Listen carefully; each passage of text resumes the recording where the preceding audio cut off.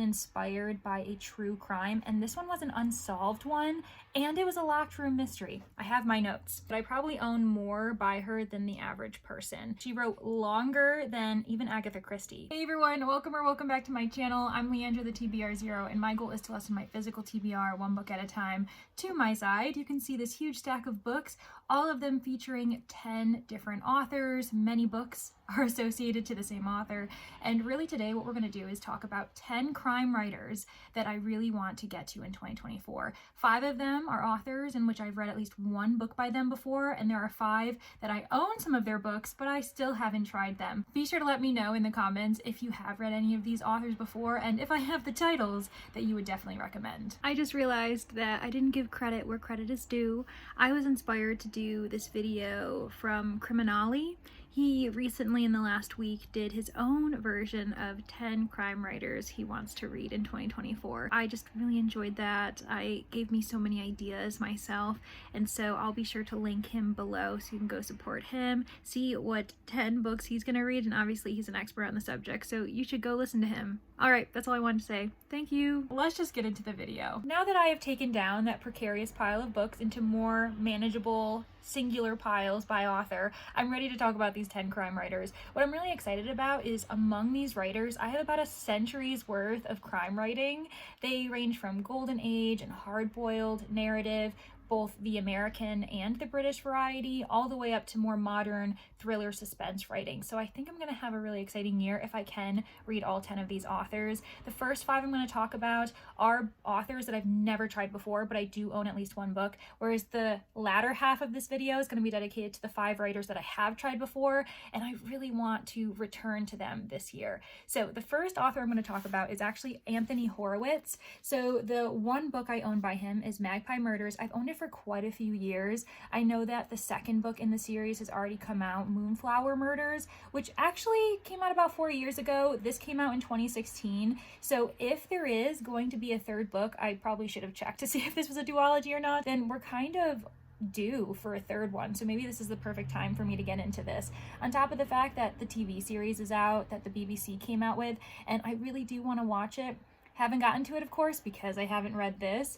I really look forward to the book within the book kind of narrative of it. I love bibliomysteries, so you'd think it would be up my alley. I think I'm just intimidated by how popular Anthony Horowitz is, especially because he's known for other things. The Alex Rider series. He's made some retellings or reimaginings of like Sherlock Holmes and James Bond as well. And so I definitely do want to get to this author. And so why not start with the book I actually own? Next author. Number 2 on this list is Earl Stanley Gardner. Now this author has a very special place in my heart, not because of his books, obviously, but actually because of the TV series that came out of them, Perry Mason. So yes, Earl Stanley Gardner is known for the lawyer in LA from the 1930s who would basically protect innocents in the courtroom and make sure that everyone knew who the actual culprit was. I grew up on that TV series, and no, I was not raised in the 50s or the 60s, but I was raised in a household that had basic cable. So the TV channel that my family basically depended on for entertainment for quite some years included shows like Dick Van Dyke, Mary Tyler Moore, Ironside, Perry Mason, and the rest. So I'm really hoping that I love Perry Mason on paper as much as I love him on screen, because that would be quite a blow for me. Now, the 4 books I own by Earl Stanley Gardner are actually thanks to Penzler Classics, the Mysterious Bookshop. So they are republishing old American classic mysteries, and I've been collecting them over the past couple years, and I haven't been as good about reading them. So here are the 4 that I own. We've got The Case of the Shoplifter's Shoe. Now this is the 13th book in the Perry Mason mystery series. I also have The Case of the Rolling Bones. This one was just republished this past year, and this is number 15 in the series. And then I finally have number 28 in the series, The Case of the Borrowed Brunette. I am really hoping to enjoy these. If I can, I might try to snag the first book in the series first, just to get a feel of where Perry Mason started, but if I don't, that's okay. I also happen to have a standalone, The Bigger They Come. Now this was actually written under the name A.A. Fair because Earl Stanley Gardner actually had numerous pseudonyms he wrote under, including this one, and I didn't even realize that when I picked this one up. What I really like about it is that apparently Perry Mason as a character was inspired by someone called Earl Rogers, a trial attorney who appeared in 77 murder trials, and he only lost 3 of them. That is crazy, and it makes you begin to wonder if the justice system was just that bad about actually convicting murderers, and Earl Rogers just like tricked us all, or oppositely, if the justice system's really bad about falsely accusing people, which there has been a history, but we won't talk about that today. So I'm just intrigued because a lot of the authors on this list are typically inspired by real life people, real life crimes, and that's not a new thing. That has been something that's well known not only in British Golden Age but American Golden Age and hardboiled, and we see it happening today in modern times too. So it's very fun to reflect upon. The third person on this list is Mignon Eberhardt. She is another American writer, and I love the fact that she had such a long writing career. So she was born in 1899, died in 1996, wrote from the 20s to the 80s, basically telling us that she wrote longer than even Agatha Christie, because Agatha Christie's career went from the 20s to the 70s up until her death. So who is this woman, and why have many of us never heard of her? She is an American crime writer that is known for a few series, specifically women protagonists, as well as mixing suspense and romance, which I think some crime writers, or at least some crime readers alike, aren't fans of, which is like, honestly, get over yourselves. And then also including exotic locations and wealthy characters, which is a very popular tropes used today. So we really should be reading more of her in modern times. I just don't know why we don't talk about her enough. Now I have Murder by an Aristocrat. This is the 5th in the Sarah Keats series, apparently. I'm not sure if I'm gonna, again, want to try to start at the beginning before I delve into number 5. Not that it probably matters that much, but I'm just that type of person. And then I have 2 standalones. I have Unidentified Woman, and then I also have 3 Days for Emerald. What's so exciting about this, and I didn't realize it because these 2 I ended up buying very spontaneously, can I say that word, spontaneously, from a secondhand bookshop that I have just kind of grown to depend upon to find my classic crime authors. What's really cool about that is that this one's from the 1930s, Unidentified Woman is from the 1940s, but this gem, or should I say emerald, is her final book. She wrote this in 1988. Yes, 1988, less than 10 years before she ended up passing. I can't believe that I actually have her final book and then also one of her really earliest ones as like a great comparison. So I'm really looking forward to it, especially because I know that a lot of her books have turned into movies. So for instance, Murder by an Aristocrat, apparently it was then changed into a film, adapted in 1936, and it's called Murder by My Patient. What could that mean? Yeah, I'm really excited to try her for the first time. For those hardcore classic mystery readers, this is probably going to hurt you a bit, but another author I haven't tried yet is S.S. Van Dyne. So the only book I actually own by him is The Benson Murder Case, and he's another author who I've experienced first via the screen. So I have seen The Kennel Murder Case, that classic black and white mystery that honestly is so well done. For those of you who haven't watched it, I highly recommend it. You can watch it for free on YouTube. I just want to try more and more to get to know Philo Vance. He seems like a very fun, kind of just aloof dandy, and I really love it. I love the fact that he has like a little Scotty dog as his companion named Captain, and I want to know more about him. The reason why I'm excited about the Benson Murder Case is because this is another example in which a book has been inspired by a true crime, and this one was an unsolved one, and it was a locked room mystery. I have my notes. An unsolved 1920 murder of a bridge expert, Joseph Elwell. He was found murdered in a room locked from the inside. Certain elements of that actual case are then found in this book as a bit of an homage, just to show that S.S. Van Dyne got that as inspiration, and I really want to read it. So I think this is going to be the great way to start it, and it's also the first book that follows Philo Vance. Compared to the other ones that I've mentioned, I don't own the first book in the series. This one is the first, so I'm off to a good start with this one. The 5th author on this list is a bit cheating because I am currently reading the book, but whatever. It is Tana French. So I'm currently reading In the Woods. It's the only book that I own by her. It is the first in her Dublin Murder Squad series that has also become a TV series, apparently on Stars.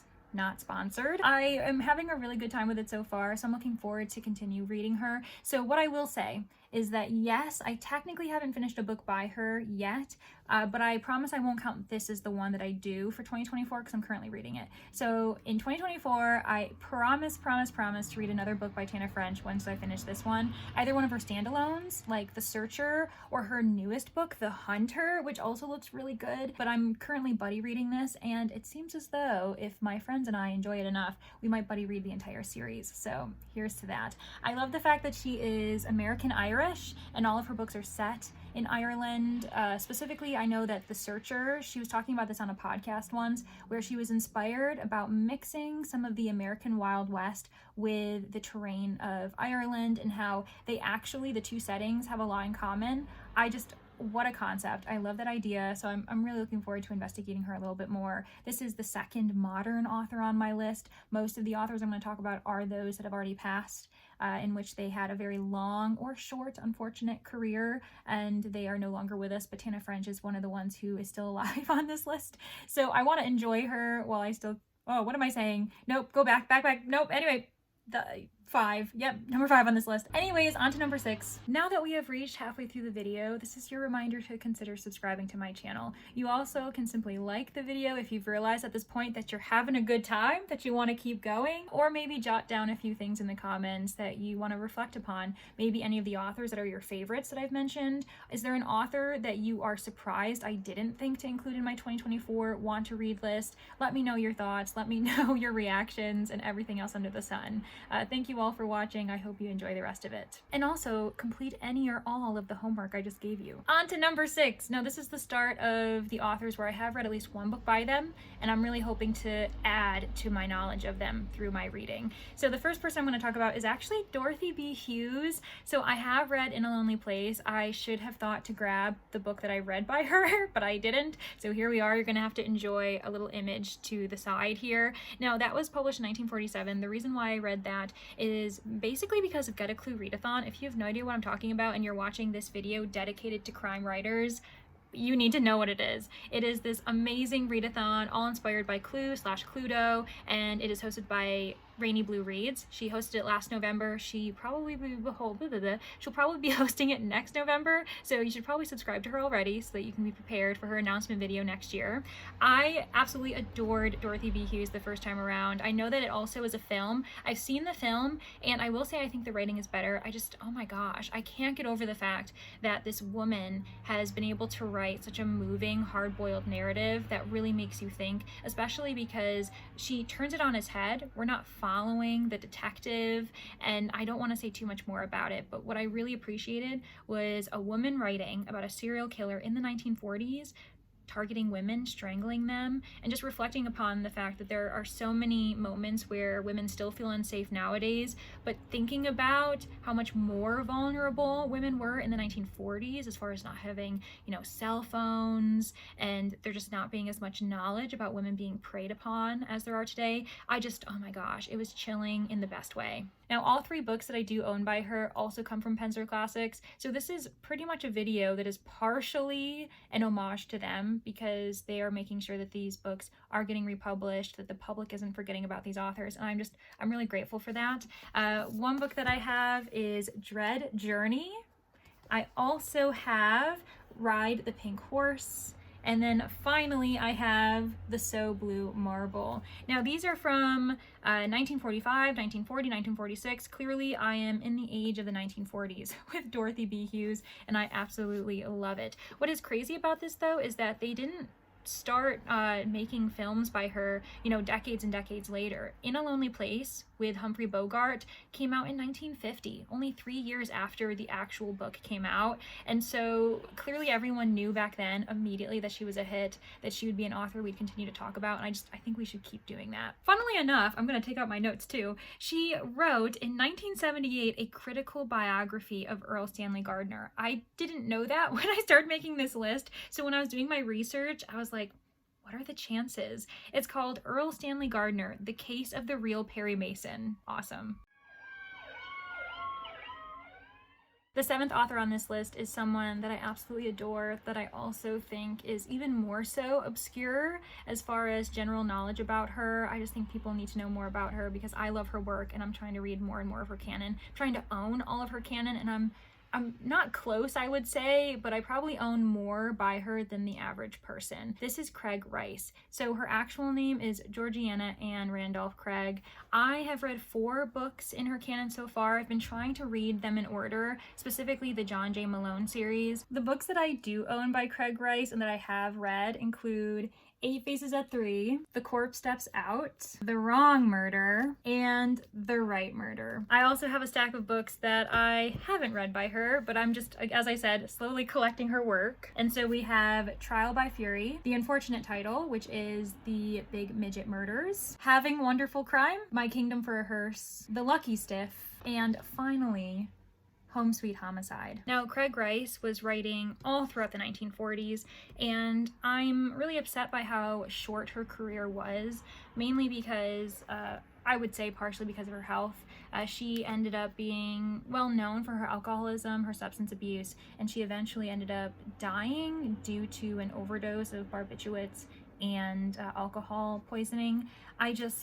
I'm so upset because I really do love Craig Rice, and I feel as though she was a type of author that I think was known for being the life of the party, while those around her didn't realize that she was struggling, especially because she was known for attempts at taking her own life as well. It's really upsetting for me to think about what her life probably was like beyond the books that she was publishing. I will say that I'm looking forward to learning more about her because I also happen to own a book all about her. It's very short because we don't have much information about her, I'm sure. It's called Who Was That Lady? Craig Rice, the Queen of Screwball Mystery. And I think that's perfect for what her type of writing is. It is very much a screwball comedy that happens to have murder, and these characters are just running around not really knowing what's going on. I'm really looking forward to reading all of her work and hoping to at least add to the fact that more readers are going to know about her going into the 21st century and beyond. The final American writer on this list is John Dixon Carr. So he also was writing during the golden age of detective fiction. He is oftentimes claimed by the British because he ended up marrying a British woman and moving over to the UK, but I want to let everyone know that he's American, and so I'm claiming him as a golden age American writer, even though a lot of his books are set in Great Britain. I've only actually read one before, so I don't know if I actually do have the right to claim him just yet, beyond the fact that I know he was born and raised in the United States. But the book that I have read is The Eight of Swords. Now, this is the 3rd book in the Dr. Gideon Fell series, and I just had a ball with it. I thought it was hilarious. I really enjoyed his humor, and I know he's actually better known for the fact that his mysteries are locked room through and through, so I'm looking forward to getting to know him better that way. A few of the books that I do own by him, though, include Hag's Hook, and Hag's Hook. Then I have The Case of the Blind Barber, as well as Death Watch, and I found both of them at the same secondhand shop that I found most of my detective fiction books that look like this, and so I'm telling you, it is a gold mine. I'm really fortunate because they're books 4 and 5, so if I'm being honest, the only book that I'm missing 1 through 5 is book 2, and I could probably pick that up quite easily somewhere else. And then the only book that I have, nope, I have one more. The Crooked Hinge, this is 8 in the series as well. The only one that I have that actually isn't part of the Dr. Gideon Fell series is the Red Widow Murders. This one's actually part of the Sir Henry Merivale series, and you can tell, I haven't read anything by it. So I don't know if I want that to be my first experience with him, or as I've said all day, that I want to start from the beginning with these specific detectives who are long running. 9th on this list is the last modern writer, and that is Chris Whitaker. So this is his most recent publication that I know of. We Begin at the End. I remember I was gifted this a few years ago in a book exchange and haven't picked it up, but I really want to, and that's mainly because of my first and only experience with him. I ended up reading All the Wicked Girls, and I recall entering a bookshop, just perusing, being attracted by the title and saying, you know what, I'm going to take a chance, and I ended up buying it. And you know for a fact that it was such a serendipitous